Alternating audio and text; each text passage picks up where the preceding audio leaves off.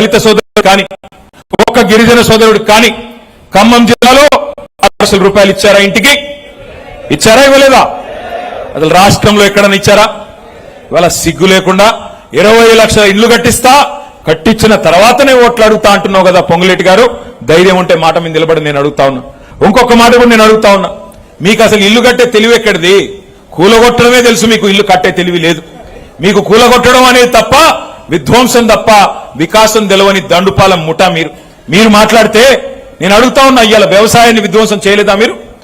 రైతు ఖాతాలో కేసీఆర్ గారు ఉన్నప్పుడు ఒకసారి కాదు, 2 సార్లు కాదు, 11 సార్లు 73,000 కోట్లు మీరు అడిగే అవసరం లేకుండానే, ఎవ్వడికి దండం పెట్టే అవసరం లేకుండా నాట్లేసే టైం వచ్చిందంటే టింగ్ టింగ్ టింగ్ అని ఫోన్ మోగేది, ఖాతాల్లో డబ్బులు పడేది. ఇవాళ ఉన్నదా పరిస్థితి? రైతు బంధు ఎప్పుడు వస్తుందంటే దేవుడికి కూడా తెలియదు. ఎందుకంటే ఆ దేవుడిని కూడా మోసం చేసిన దౌర్భాగ్యులు వీళ్ళు. దేవుడి మీద ఒట్టేసి రుణమాఫీ కొట్టిన దౌర్భాగ్యపు ప్రభుత్వం కాంగ్రెస్ ప్రభుత్వం. అందుకే నేను అంటా ఉన్నా, వ్యవసాయాన్ని విధ్వంసం చేశారు. కేసీఆర్ గారు ఉన్నప్పుడు పొలం కాడికి ఒక ఫోన్ కొడితే ఆటో ఆయన వచ్చి యూరియా వేసిపోయేది, ఆటో అన్న వచ్చి యూరియా మీ ఇంటికాడ మీ పొలం కాడ వేసిపోయేది. నేను చెప్పేది కరెక్టా కాదా? ఇలా పరిస్థితున్నదా? మళ్ళీ వెనకటి రోజులు తెస్తామన్నారు, నిజంగానే ఇందిరమ్మ రాజ్యం అన్నారు, చూస్తే ఏమొచ్చింది? మళ్ళీ వెనకటి రోజులంటే మళ్ళీ యూరియా దుకాణాల ముందు చెప్పుల లైన్లు, మరి మళ్ళీ ఒకసారి ఆధార్ కార్డులు పెట్టుకుని దాని మీద రాళ్లు పెట్టుకుని మళ్ళీ కడుపు కాళ్ళు కాలుతుంటే నడిచిపోయి బువ్వ తినే రోజులు మళ్ళీ ఆ దుస్థితి మళ్ళీ వచ్చింది. ఒక్క మాట నేను అడుగుతా ఉన్నా, రైతు ఖాతాలో పెట్టుబడి సాయం ఎగ్గొట్టడమే మహాపాపం. మీ మంత్రి గారు చెప్తా ఉన్నాడు పొంగులేటి గారు, భూమి శిస్తు కూడా పెడతాడంట కొత్తగా. మళ్ళీ భూమి శిస్తు కేసీఆర్ గారు రద్దు చేసిన భూమి శిస్తును మళ్లీ పెడతా అంటున్నాడు మీ రెవెన్యూ మంత్రి గారు. వెన్నుముక లాంటి రైతు ముక్కు వెండి వసూలు చేస్తా అని చెప్పి నికృష్టంగా మాట్లాడుతూ ఉన్నారు. అందుకే నేను అనేది ఒకటే మాట, ఇవాళ రాష్ట్రంలో ఒక విషయం,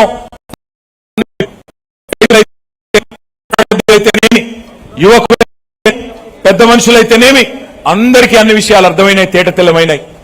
ఏమంటున్నాం ఈరోజు మనందరం కూడా? మీరే కదా చెప్పింది, బాండ్ పేపర్ల మీద జేమ్స్ బాండ్ల మాదిరిగా రాసిచ్చింది మీరే కదా.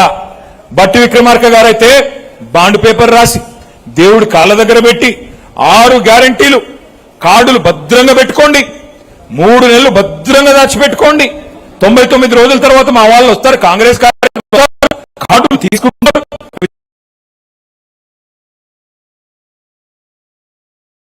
మంత్రి గారు మీ గ్యారంటీ కార్డులు చెప్పమని అడుగుతా ఉన్నా నేను. భద్రంగా పెట్టుకోమంటివి కదా, ఏడబెట్టాలా? ఇంకా సిగ్గు లేకుండా 99 రోజుల్లోనే 100 రోజుల్లోనే అటున్న చంద్రుడిని ఇక్కడ పెడతామని చెప్పిన సన్నాసులు ఇలా చేతగాక మొఖం బాగాలేక ఆయనకటి కూడా అద్దం పగలు కొట్టుకున్నాడంట. అట్లాగా ఇలా వీళ్ళు మాట్లాడితే పనికి మాలిన కారు కూతలు కూస్తా ఉన్నారు. కేసీఆర్ అప్పులపాలు చేసిపోయినాడు, కేసీఆర్ అప్పులపాలు చేసినాడు. నేను అడుగుతా ఉన్నా రెవెన్యూ మంత్రి గారిని, రేవంత్ రెడ్డి గారిని, కేసీఆర్ అప్పులపాలు చేసిపోయినాడా?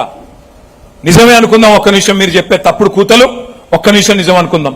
మరి ఏం చేశారు కేసీఆర్ అప్పులపాలు చేస్తే? చేశాడే అనుకుందాం. అప్పు ఏం చేసినాడు కేసీఆర్ గారు? ఏం చేశాడు అంటే 1,00,000 కోట్లు పెట్టి కాళేశ్వరం ప్రాజెక్టు కట్టి గోదావరి నీళ్ళని మన బీడు భూములకు తీసుకొచ్చాడు. సీతారామ ప్రాజెక్టు 80% పూర్తి చేసి పండగ నిలబడ్డాడు. ప్రాజెక్టు రికార్డు సమయంలో 9 నెలల్లో పూర్తి చేసి తిరుమలపాలెం మండలం గాని పాలేరు నియోజకవర్గం గాని నీళ్లిచ్చిన మాట వాస్తవం కాదా? పాలమూరు రంగారెడ్డి ఎత్తిపోతల పథకం దశాబ్దాలుగా వెనుకబడ్డ పథకం 90% పూర్తి చేసిన మాట వాస్తవం కాదా? 45,000 చెరువులు మిషన్ కాకతీయలో బాగున్న మాట వాస్తవం కాదా? అవును, కేసీఆర్ గారు అప్పు చేశారు. ఏం చేశారు కేసీఆర్? అప్పు చేసి 70 లక్షల రైతుల ఖాతాల్లో 73,000 కోట్ల మాట వాస్తవం కాదా? కేసీఆర్ గారు అప్పు చేశారు, చేసి వాస్తవం కాదా? 29,000 కోట్లు కేసీఆర్ అప్పు చేశాడు. కరెంట్ ఇవ్వకుండా మీరు కష్టపెడితే రైతాంగాన్ని 24 గంటల రైతులకు ఇచ్చిన ఒకే ఒక్క 50,000 కోట్లు కరెంటు మీదనే ఖర్చు పెట్టిన నాయకుడు కేసీఆర్. ఉచిత కరెంటు కోసం, కరెంటు ఇన్ఫ్రాస్ట్రక్చర్ ని ఇంప్రూవ్ చేయడానికి 1,00,000 కోట్లు ఖర్చు పెట్టిన కేసీఆర్. ఇవాళ నేను పాలేరుకొచ్చి ఇక్కడ హెలిప్యాడ్ లో ఎక్కడ దిగాను? నేను నర్సింగ్ కాలేజ్ ఉన్నదా? నర్సింగ్ కాలేజ్ ఇదివరకు ఉమ్మడి ఖమ్మం జిల్లాలో ఎన్నదా ఇదివరకు మెడికల్ కాలేజ్ ఉమ్మడి ఖమ్మం జిల్లాలో 60 ఏళ్ల పరిపాలనలో ఎన్నడన్నా ఆలోచన చేశారా? అట్లాంటిది కేసీఆర్ గారి నాయకత్వంలో 9.5 ఏళ్లలో కేసీఆర్ గారు అప్పు చేసిన మా ఎస్సీ పిల్లలు, ఎస్టీ పిల్లలు, మా బీసీ పిల్లలు, మా మైనారిటీ పిల్లలు, అగ్రవర్ణాల్లో ఉండే పేదలు మెడికల్ విద్య, నర్సింగ్ విద్య, ఇంజనీరింగ్ కళాశాల విద్య అందుకోవాలని ఇవాళ మీ ఉమ్మడి ఖమ్మం జిల్లాలో 2 మెడికల్ కళాశాలలు, 2 నర్సింగ్ కళాశాలలు, ఇంజనీరింగ్ కళాశాల. మాట వాస్తవం కాదా? అవును, కేసీఆర్ గారు అప్పు చేశారు. 1000 గురుకుల పాఠశాలలు పెట్టి ఒక్కొక్క విద్యార్థి మీద ₹1,20,000 ఖర్చు పెట్టి వాళ్లకు విద్యా బుద్ధులు నేర్పిండు కేసీఆర్. అవును, కేసీఆర్ అప్పు చేసిండు. చేసి ఏం చేసిండు? 15 లక్షల మంది ఆడపిల్లలకి పెళ్లిళ్లు చేసిండు.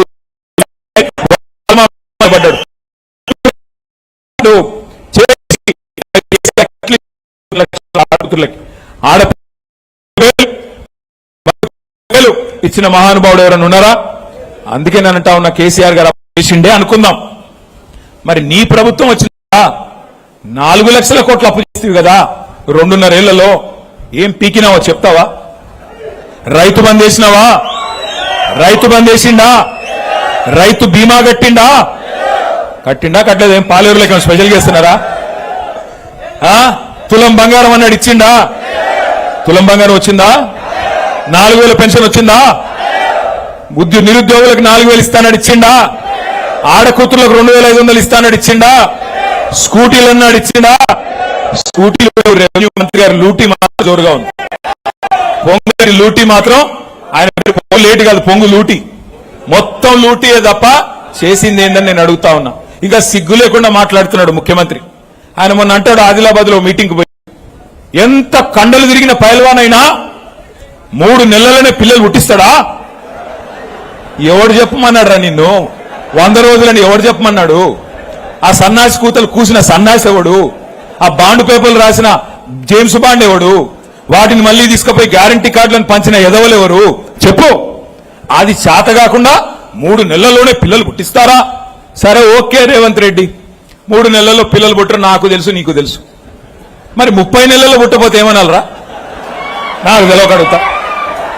30 నెలలు అయిపోయిందిగా, మరి ఇప్పుడు ఏమనాలి? నిన్ను ఏమని చెప్పాలి? నిన్నేమని పిలవాలా? నేనైతే అనలేదు భయ్యో, నేను అనేది ఒకటే. వీళ్ళు కూడా మనకు చెప్పేటోళ్ళు అయిపోయినారు. ఇవాళ అప్పుడప్పుడు కాలం బాగాలేకపోతే వానపాములు కూడా 3 ఫీట్లు ఉన్నోడు కూడా 30 ఫీట్ల పోదులు కొడుతున్నాడు. వానపాములు కూడా 4 పాములే పోదులు కొడుతున్నాయి. నేను మిమ్మల్ని అందరినీ కోరేది ఒకటే, నాకు తెలుసు, మీకు తెలుసు, రేవంత్ రెడ్డికి తెలుసు, శ్రీనివాస్ రెడ్డికి కూడా తెలుసు, మళ్ళా గెలిచేది ఖచ్చితంగా కేసీఆరే, మళ్ళీ ముఖ్యమంత్రి అయ్యేది కేసీఆరే, అందరికీ తెలుసు. అందుకే నేను మిమ్మల్ని కోరేది జాగ్రత్తగా ఉండాలా. మనం కూడా జాగ్రత్తగా ఉండాలా. ఇంకా ఇంటర్వెల్ దాకా సినిమా అయిపోయింది. లాస్ట్ 1 ఇయర్ ఎట్లాగూ ఎలక్షనే మిగిలింది 18 నెలలు. ఈ 18 నెలలు ఉపేందర్ రెడ్డి గారు చెప్పినట్టు చక్కగా కార్యకర్తల్ని మంచిగా కడుపులో పెట్టుకొని చూసుకొని, మీ డైనింగ్ టేబుల్ కాడికి, బెడ్రూమ్ కాడికి కార్యకర్త వచ్చినా చక్కగా చూసుకొని అన్ని సవ్యంగా గనక పార్టీ నిర్మాణం చేసుకుంటే మనకు తిరుగులేదు. కానీ ఎట్లా ఉందంటే పరిస్థితి ఈరోజు ఎట్లా ఉందంటే, వీళ్ళ దోపిడి ఇంత అంతా కాదు. పక్కనే ఉన్నది ములుగు జిల్లా. ఆ ములుగు జిల్లాలో కూడా 4,000 కోట్ల దోపిడీ మీ మంత్రి గారే చేస్తా ఉన్నాడు. ఇసుక దోపిడీకి తెరలేపినాడు. 12 కోట్ల క్యూబిక్ మీటర్ల ఇసుక ఇవాళ అక్కడ కూడా గిరిజనుల సొసైటీల పేరిట 12 కోట్ల క్యూబిక్ మీటర్ల కోసం స్కెచ్ చేసింది మీ మంత్రి గారు. చివరికి గిరిజనుల ఆరాధ్య దైవం సమ్మక్క సారక్క ఆ టెండర్లను కూడా వదిలిపెట్టల. 70 కోట్ల టెండర్లు. దానికోసం కూడా మంత్రుల మధ్యన పంచాయతీలు, దానికోసం కూడా మంత్రుల మధ్యన కమిషన్ల కోసం కుమ్ములాటలు. నేను మీ అందరినీ ప్రార్థించేది ఒకటే, దయచేసి ఆలోచించండి, తొందరపడబాకండి, మనకు కూడా టైం ఉంది. ఇవాళ 1, 2 కాదు, దోపిడీ గురించి మాట్లాడితే చాలా ఉన్నాయి. కానీ నేను మిమ్మల్ని కోరేది ఒకటే, మీరు చాలా మంది ఏమనుకుంటున్నారు, గాలి బాగా ఉంది, కాంగ్రెస్ వాళ్ళ మీద కోపం వస్తుంది ప్రజలకి, కాబట్టి ఆటోమేటిక్ గా మనమే వస్తాం. అట్లా రాము. మనం తప్పకుండా 2 పనులు చేయాల్సి ఉంటుంది. జాగ్రత్తగా చేస్తేనే మళ్ళీ తిరిగి బలంగా వస్తాం. ఒకటి, మీ ఉపేందర్ రెడ్డి గారి నాయకత్వంలో తొందరలోనే పాలేరు నియోజకవర్గంలో సభ్యత్వ నమోదు కార్యక్రమం ప్రారంభం కాబోతా ఉన్నది. దానిలో తప్పకుండా మీరందరూ కూడా బూత్ల వారీగా బలమైన క్యాడర్ నిర్మాణం జరగాల, బలమైన కమిటీల నిర్మాణం జరగాల, వాళ్ళందరికీ శిక్షణ కార్యక్రమాలు కూడా సంపూర్ణంగా డీటెయిల్డ్ గా నిర్వహించాలా. ఇది నెంబర్ 1. నెంబర్ 2, ఈ ఎస్ఐఆర్ అనే కార్యక్రమం జరగబోతా ఉంది. దాని గురించి కూడా కాసేపు నేను మీకు చెప్పాలా. ఒకసారి అది పెట్టమ్మా. ఎస్ఐఆర్, ఈ ఎస్ఐఆర్ అనే కార్యక్రమం మీకు ఈ నెల 25